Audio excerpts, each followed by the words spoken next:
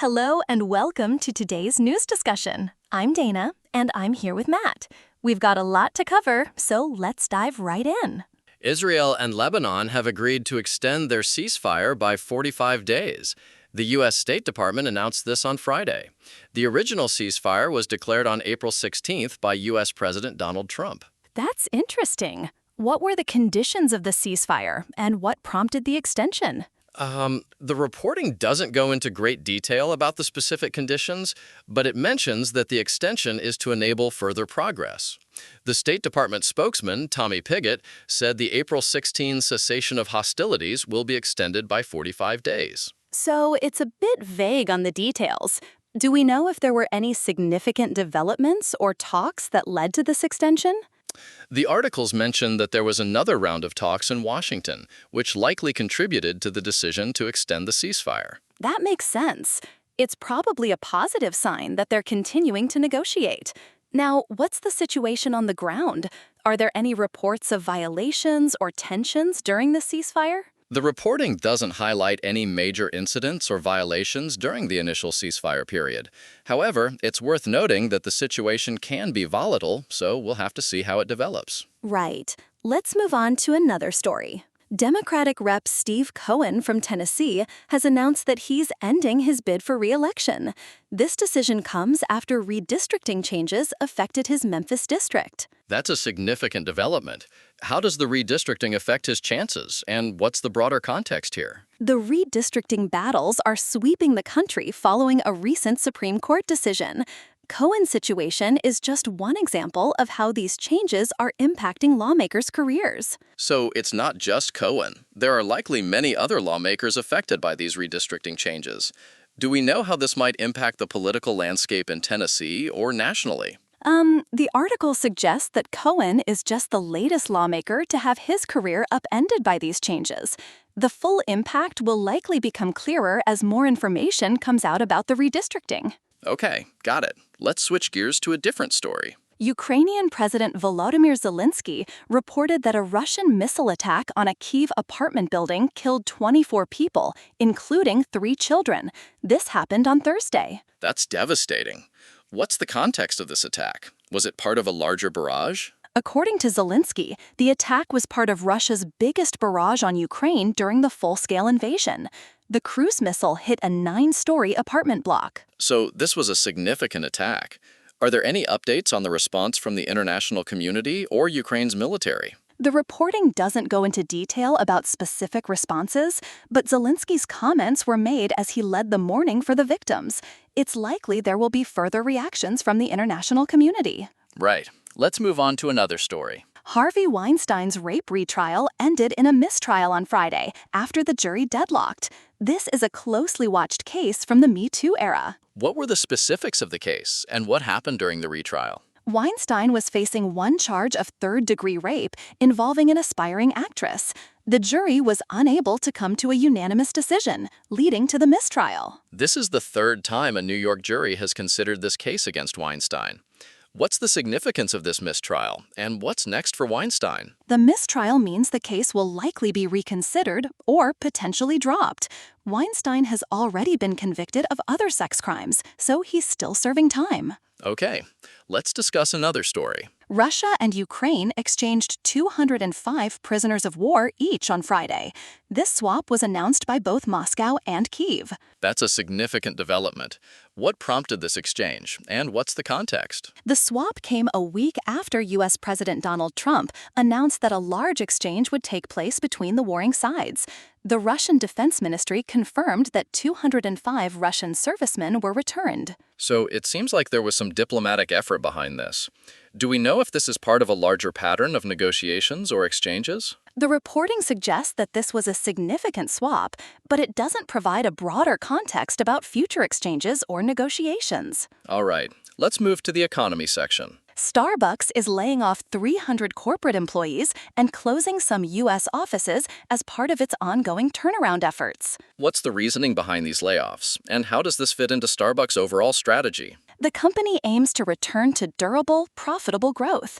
The layoffs are part of this effort, affecting positions in marketing, human resources, and supply chain management. So it's a restructuring effort.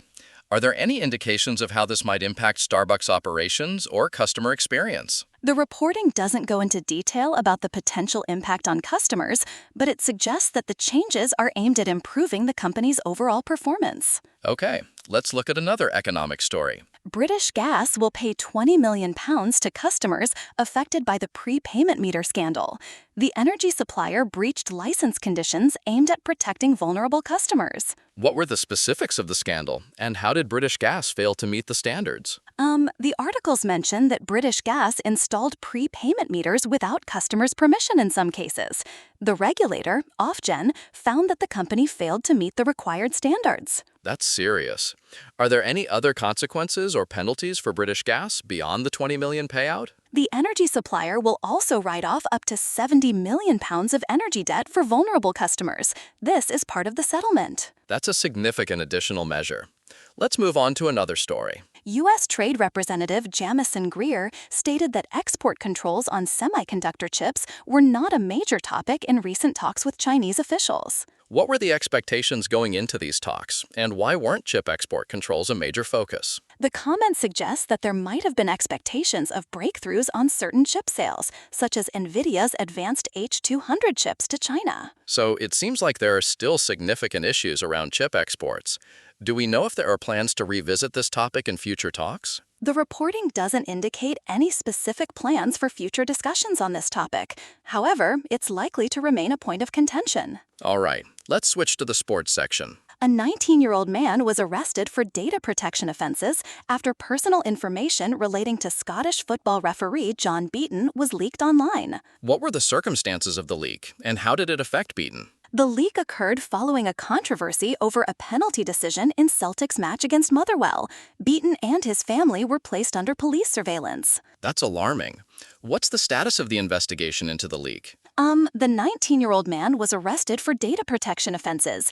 The specifics of the investigation aren't detailed in the reporting. Okay, let's move on to another sports story. Gogglebox star Ken Harwood died at 77 after a short illness. Channel 4 will air a tribute to him on tonight's episode. What was his role on Gogglebox, and how did fans react to the news? Harwood was a familiar face on the show for 3 years alongside his wife. The reporting doesn't go into detail about fan reactions, but Channel 4's tribute indicates respect for him. Right. Let's discuss another story. Durandar 2, starring Ranveer Singh, will stream on Jio Hotstar from June 5, following a digital premiere event on June 4. What's the significance of this film, and what's the event like? The film earned over 1,790 crore globally and continues the story of undercover agent Jaskirat Singh Rangi.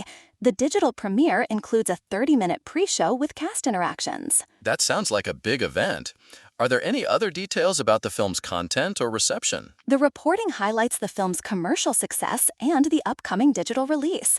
There's also mention of a raw and undecca version of the film to be streamed. Interesting.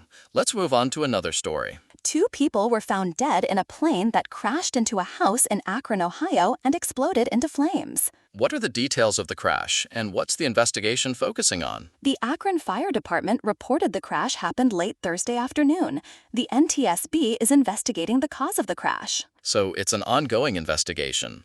Are there any indications of what might have caused the crash? The reporting doesn't provide specific details about the cause. The investigation is still in its early stages. All right, let's look at another story. The Maharashtra Anti-Terrorism Squad arrested a man in connection with the recovery of an improvised explosive device at a Pune hospital. What were the specifics of the IED discovery, and what's the status of the investigation? The IED was found at Usha Kiran Super Specialty Hospital. The ATS arrested a suspect, but the reporting doesn't go into further detail. Okay, let's discuss one more story. 3 women found dead on Brighton Beach are believed to be related. The police are investigating the circumstances. What's the latest on the investigation, and have the victims been identified? The reporting indicates that the women haven't been publicly named yet. The police are working on the case. All right, it seems like we've covered a wide range of stories. Let's wrap up here. Indeed we have. It's been a comprehensive discussion. Thanks for joining me, Matt.